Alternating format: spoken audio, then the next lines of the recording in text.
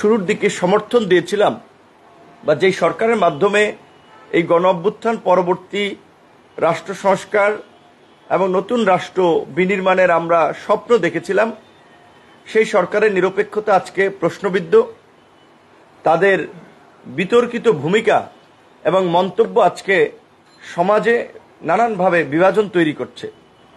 আপনারা গতকালকে লক্ষ্য করেছেন যে আমাদের এই ছাত্র নেতা না, তারা বিশেষ করে এই গণ অভ্যুত্থানের কয়েকজন নেতৃবৃন্দের দ্বারা যে দল গঠিত হয়েছে, সেখানে বিভিন্ন দলের দলছুট যারা সেই সমস্ত ওইভাবে বিভিন্ন দলে থাকতে কিন্তু কোনো উল্লেখযোগ্য অবস্থানে ছিল না। আপনারা দেখবেন বিভিন্ন দল থেকে টোকাই নিয়েছে, যাদের কোনো রাজনৈতিক ব্যক্তিত্ব নাই, চরিত্র নাই। এখন একটা নিউ প্ল্যাটফর্ম পেয়ে যেভাবে কথা বলছে, সেটা খুবই দুঃখজনক, রাজনৈতিক শিষ্টাচার বহির্ভূত এবং একটা বিদ্বেষপূর্ণ মন্তব্য, যেটা আসলে আমাদের এই জাতীয় ঐক্য এবং সংহতির ক্ষেত্রে একটা নেতিবাচক ভূমিকা পালন করছে।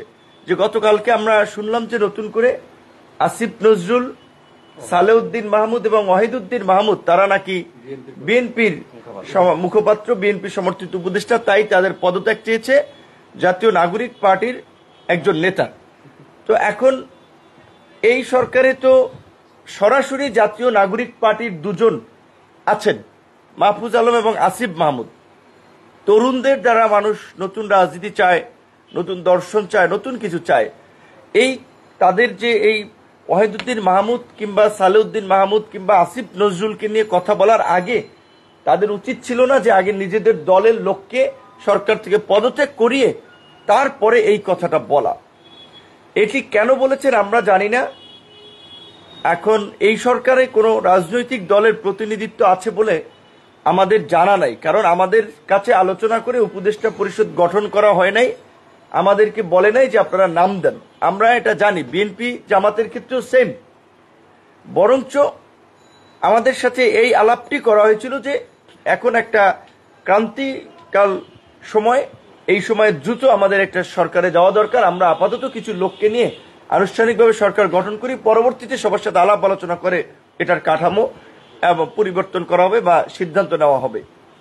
তো সেখানে এই আসিফ নজরুল, সালেউদ্দিন মাহমুদ কিংবা ওয়াহিদুদ্দিন মাহমুদের মতো সিনিয়র এই সরকারের মধ্যে যারা আছে উপদেষ্টা পরিষদ, তাদের মধ্যে মোটামুটি সিনিয়র ব্যক্তিত্বপূর্ণ ভারত্বপূর্ণ লোক এই তিনজন। এবং এদেরকে বলার অর্থ আমরা জানি না বাকিরা কি আপনার এই এনসিপির লাইনে কিনা, যে কারণে তিনজনের পদত্যাগ তারা দাবি করেছে বা তিনজনকে নিয়ে সুনির্দিষ্ট বক্তব্য দিয়েছে। তো যাই হোক, এই কারণে আমরা যেটা বলছি, এর আগে আপনারা শুনেছেন, সামগ্রিক প্রেক্ষাপটে মনে হয়েছে যে আসলে আগামী জাতীয় নির্বাচনের জন্য আমাদের আরেকটা নিরপেক্ষ এবং নির্দলীয় তত্ত্বাবধায়ক সরকারের প্রয়োজন হবে। কারণ এই সরকার নানানভাবেই কিছু উপদেষ্টার ব্যক্তিগত মন্তব্য, কর্মকাণ্ড সরকারকে প্রশ্নবিদ্ধ করেছে, সরকারের নিরপেক্ষতাকে প্রশ্নবিদ্ধ করেছে।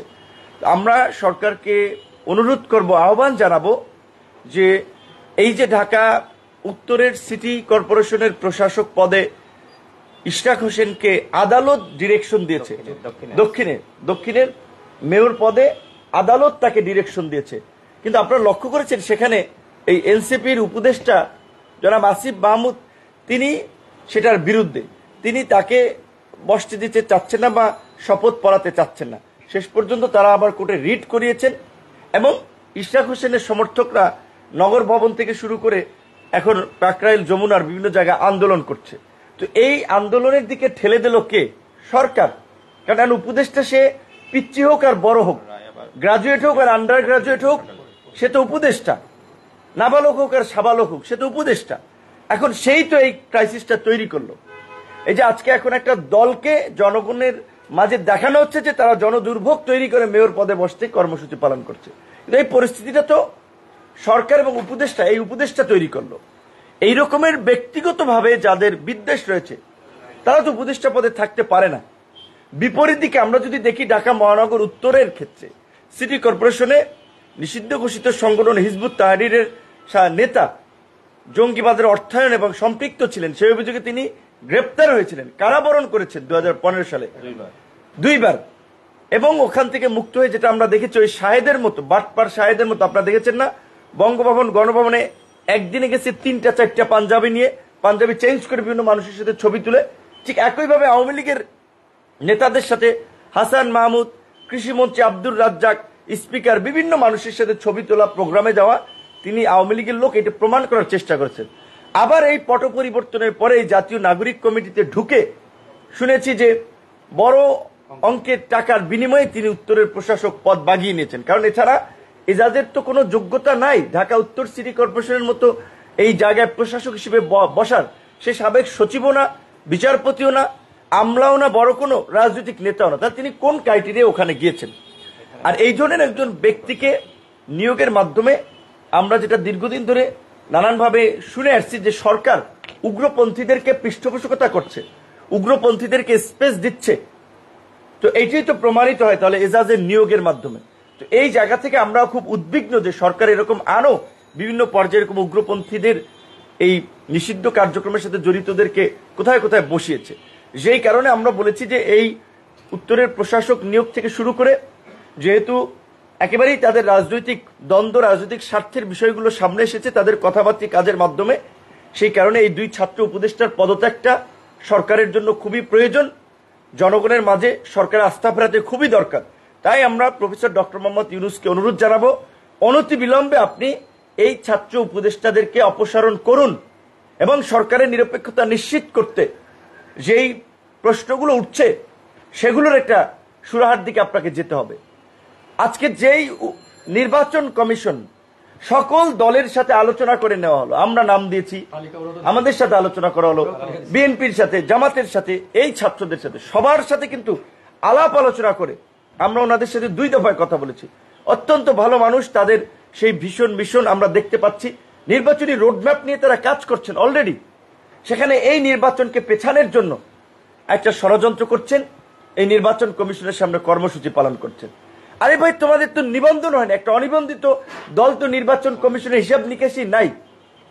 সেখানে আপনারা দেখেছেন যে নির্বাচন কমিশনের সামনে গিয়ে তারা কর্মসূচি করছে, নির্বাচন কমিশন ঘেরাও করা হুমকি দিচ্ছে, তাদেরকে নিয়ে নানা ধরনের কথাবার্তা বলছে।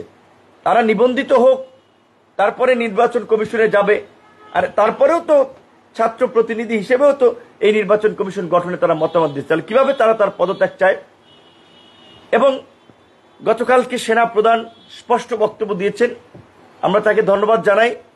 এই জুলাই গণ অভ্যুত্থান শুরু থেকেই আমরা, বিশেষ করে এই 5ই আগস্ট থেকে 3 আগস্ট থেকে আমরা দেখেছি জনগণের প্রতি সেনাবাহিনীর একটা ইতিবাচক মনোভাব, এবং সেনাবাহিনী বা সামরিক বাহিনী শেষ পর্যন্ত এই গণ অভ্যুত্থানের সাথে ছিল বিধায়ী কিন্তু আমরা একটা সফল গণ অভ্যুত্থানের মধ্য দিয়ে ফ্যাসিবাদকে উৎখাত করতে চেয়েছি। আজকে কয়েকদিন পরপরই এই তথাকথিত বুদ্ধিজীবী এবং এই অতি পণ্ডিত 2-1 ছাত্র নেতা সেনাপ্রধানকে সরাতে হবে, ওইদিকে কর্মসূচি দিতে হবে, নানান ধরনের কথাবার্তা বলে সামরিক বাহিনী তো একটা বিশৃঙ্খলা সৃষ্টিতে তারা বেশ কয়েকবার পায়তারা করেছে। এর মধ্যে দিয়ে তারা কি করতে চায় আমরা জানতে চাই। তারা কি দেশকে আর একটা গৃহযুদ্ধের দিকে ঠেলে দিতে চায়? সামরিক বাহিনী তো এই গণ অভ্যুত্থানের সাথে ছিল। হাসিনা পালিয়ে যাওয়ার পরে এই সেনা প্রধানই তো সব রাজনৈতিক দলগুলোর সাথে আলাপ আলোচনা করে আপনার কিভাবে সংকট নিরসন করা যায় সেই উদ্যোগ নিয়েছিলেন। তাহলে কেন এখন তাকে ভিলেন বানানো হচ্ছে? কেন তাকে বিতর্কিত করা হচ্ছে? এর কারণ সুস্পষ্ট। এই তথাকথিত ছাত্র নেতা এবং তথাকথিত 2-4 বুদ্ধিজীবী এরা আরেকটা বিশৃঙ্খলা করতে চায় 75-এর মতো। আপনারা দেখেছেন সেই সময় পাল্টা রাজনৈতিক অস্থিরতা দেশকে ওই রকমের একটা সংকটের দিকে নিয়ে যেতে চায়। তাই আমরা মনে করি জাতীয় নির্বাচনের রোডম্যাপ ঘোষণা করাটা এখন সময়ের দাবি। জাতীয় নির্বাচন যত দীর্ঘায়িত হবে সংকট তত বাড়বে। দেশি বিদেশি বিনিয়োগকারীরা আমাদেরকে প্রশ্ন করে, ভাই আমরা ব্যবসা বিনিয়োগ করব কার উপরে ভরসা করে? কে আমাদের সুরক্ষা দেবে? এমনকি আমরা দেখতে পেলাম যেখানে এই ফ্যাসিস্ট হাসিনা দেশ বিক্রি করে, দেশের স্বাধীনতা সার্বভৌমত্বকে ক্ষুণ্ণ করে তারা আপনার ক্ষমতায় থাকতে চেয়েছিল। তিনি এই আপনার বিদেশি প্রতিষ্ঠানকে চট্টগ্রাম বন্দর দেওয়ার উদ্যোগ নিয়েছিলেন। এই সরকারও এসে সেই হাসিনার ব্যবস্থাই চালু রাখলো। হাসিনা খারাপ, হাসিনা ফ্যাসিস্ট, কিন্তু হাসিনার দেওয়া উদ্যোগ আপনারা বজায় রাখতে চান। এই বন্দরকে বিদেশিদের হাতে তুলে দিতে চান, আপনারা মানবিক করিডোর দিতে চান, কোনো আলাপ আলোচনা ছাড়া। সেনাপ্রধান বলেছে, এই জন্য বলছি যে ওনাকে ধন্যবাদ জানাই যে এটা নির্বাচিত সরকার সিদ্ধান্ত নেবে। এবং আমরা এখন বলছি নির্বাচিত সরকারও এই তথাকথিত মানবিক করিডোরের নামে খাল কেটে কুমির আনার সিদ্ধান্ত নিতে পারবে না। চট্টগ্রামের একমাত্র বাংলাদেশের কৌশলগত বন্দরকে বিদেশিদের হাতে তুলে দেওয়া যাবে না। প্রয়োজনে আপনি টেকনোলজি আনেন, টেকনিক্যাল এক্সপার্ট আনেন, বিশেষজ্ঞ আনেন, উচ্চ বেতনে তাদেরকে নিয়োগ করেন, নিজস্ব অপারেটর দেশীয় প্রতিষ্ঠান দ্বারা বন্দরকে পরিচালনা করুন। এবং নির্বাচনী রোডম্যাপ দ্রুত সময়ের মধ্যে একটা পরিষ্কার রোডম্যাপ দিয়ে ব্যবসায়ী, আমলা, রাজনীতিবিদ, প্রশাসন, সমাজের সর্বশ্রেণীর মাঝে একটা স্বস্তি দেন। নির্বাচনী রোডম্যাপ ছাড়া এই স্বস্তি আসবে না। প্রশাসন অনেক ক্ষেত্রেই কাজ করছে না, আস্থা পাচ্ছে না, কারণ যাকে তাকে ফ্যাসিবাদের দোসর বানিয়ে দিচ্ছে, যার তার বিরুদ্ধে আন্দোলন করছে, যাকে তাকে লাঞ্ছিত করছে। সেদিন মধ্যরাতে দেখেছেন যে এই কতিপয় ছাত্র নেতা, তারা এখন বৈষম্য বিরোধী নেতা, বিশাল বিপ্লবী, কিন্তু আগে করেছে ছাত্রলীগ। এখন তারা একজন ব্যবসায়ীর বাসায় আপনার হানা দিয়েছে যে তারা তাকে গ্রেপ্তার করবে, টেনে হিচড়ে নামাবে। তুমি কে? তোমাকে কি আইন শৃঙ্খলা বাহিনীর দায়িত্ব দেওয়া হয়েছে মধ্যরাতে একজনের বাসায় গিয়ে তার আপনার টেনে হিচড়ে নামানো, তাকে গ্রেপ্তার করানো?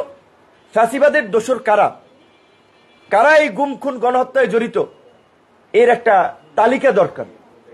ইউনিয়ন পর্যায় থেকে শুরু করে জেলা, উপজেলা, সব জায়গায় একটা তালিকা করে তাদের গ্রেপ্তারের অভিযান পরিচালনা করা দরকার। একটা তালিকা প্রশাসনের কাছে থাকা দরকার। না হলে ওই যে আব্দুল হামিদকে ছেড়ে দিবে, নুসরাত ফারিয়াকে আটক করবে এবং সেইটা সমাজে নানান ধরনের একটা প্রতিক্রিয়া সৃষ্টি করবে, এগুলো দেশের জন্য ভালো না। এগুলো সুখকর কিছু হচ্ছে না।